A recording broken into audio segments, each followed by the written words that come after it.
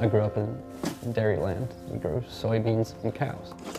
I'm not a farmer. I was historically really poor farmer when I lived on my grandparents' farm, but yeah, I mean, it's incredibly difficult. There's a USDA study that shows that since 1985, farmers in Arizona have spent more money farming than they've taken in. So more expense than income since 1985. That's crazy. Almost at capacity. There's no business model that works in that system at all. But we still want locally grown produce. My name is Eric Stanford. I own and operate Pivot Produce. I'm weighing out 5 pounds of carrots for the Cup Cafe, and they're super sweet and delicious. Pivot Produce is a distribution network operating under the Food Hub model.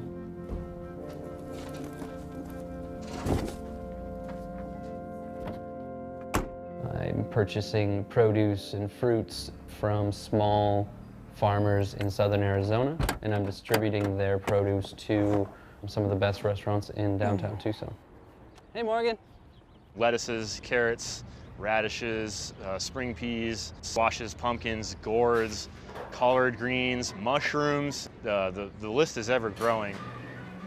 My name is Anthony Calusi. I'm the executive chef for Hotel Congress, the Cup Cafe. Local produce is extremely important. Food that is easily sourced, is transparent. I understand exactly what goes into it so I can get the most out of it.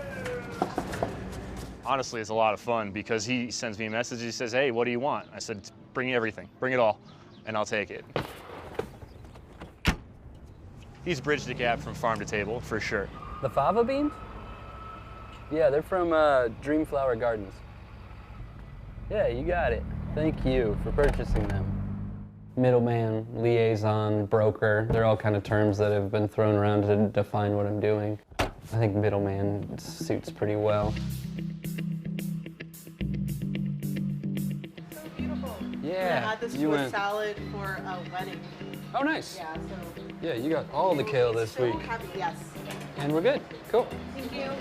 Thanks, Erica. Yep. I've been a chef in Tucson and all over the country for the last 15 years, and I saw a pretty blatant disconnect between the food that I was eating at home, stuff I brought in from the farmer's market, fresh seasonal produce, and the produce that I was working with in most of the restaurants, most of the kitchens that I was working in. The flavor, what that is when you have something in the ground that's nutrient rich. The soil has been cultivated to the point where it's putting as much nutrients as it can into that tomato. It tastes like a tomato, and it smells like a tomato, and it feels like a tomato. But it's the best damn tomato you've ever had. Go feed the chicks at that point. It's because a farmer grew it and had compassion while they were growing it and thought about the best way to propagate that vegetable. And they, not only in that season, but the 3 seasons before, were planning how that soil is alive and how they've kept it alive. I think what you're tasting is their hard work and their compassion. And in a industrialized food growing system, you're not tasting that. Farmers markets are great, but it's not practical for a farmer to go to 5 farmers markets a week to sustain their business.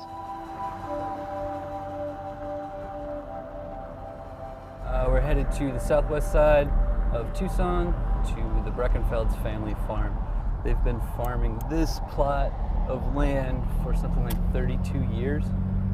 It's a really interesting. When you break it down to the raw core of what we're trying to do, I'm trying to make sure that they're spending more time growing vegetables rather than worrying about where they're going to go, how they're going to sell them, who they're going to market to, do they have to find a new restaurant or market or whatever.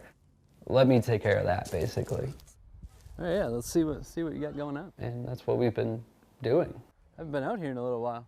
Going out to the farms, physically being there, and going through and tasting crops out of the field and getting the subtle differences. I mean, that's the best part of my week. Let's weigh it all, because they might want to use some of this. Yeah, right? It's so sweet, good, buttery.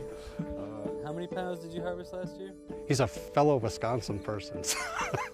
we kind of hit it off right off. This is all the flour that's what you're eating. My name is Don Breckenfeld.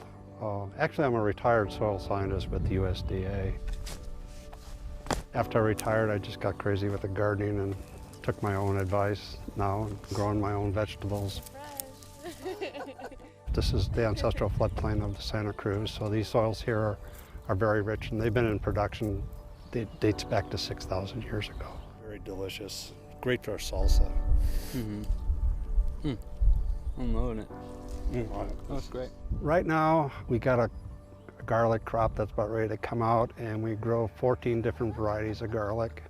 We grow 5 different types of kale, 3 different types of spinach, beets. We're also getting ready to put in tomatoes. We grow 22 different varieties of tomatoes, and then the peppers will be going in here shortly. Yeah, it's hard to pick because I love all of it. It's just part of me. I just love growing things, and I like growing food for people, and we know it's going to go to a good use.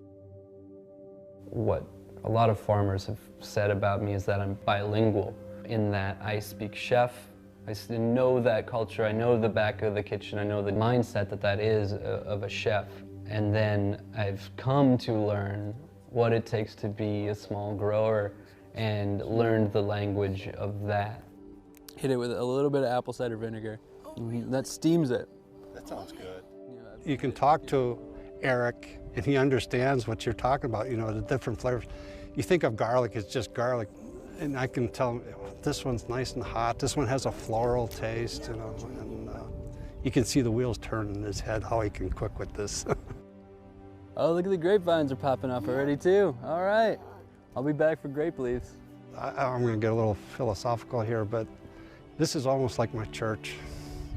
I feel so much togetherness with nature and everything around me, but working out here. I almost feel like the plants can talk to you after a while, and you just start reading what they're saying, and you just take care of them. Carrots taste more like carrots. Peaches taste more like peaches. The strawberries taste more like strawberries. The flavors are really big, and it's very unexpected, and I think it's just a great side effect of getting local food. It's hard for a farmer to drive to me. It's hard for me to drive to a farm. So he's doing the work for me, and every Wednesday I get a little inventory slip from him. This is what I have, and I said, great, let's bring it on. Mitch, I just gotta go to the front desk. I got a check waiting up there for me. Oh, there I am. I see it. I see it. All right. Thank you. See you next week. All right, Tone. Talk to you soon. Appreciate it. Thank you. So I'm not saying that local produce is going to take over the market. We're all going to be eating what's grown in Tucson because we live in a desert. I don't think we could produce enough for 1 million people to sustain here. But I think it's an important thing to work towards. How else can we help? How can we make it more viable to be a farmer in southern Arizona? That's what's important, is making it more viable.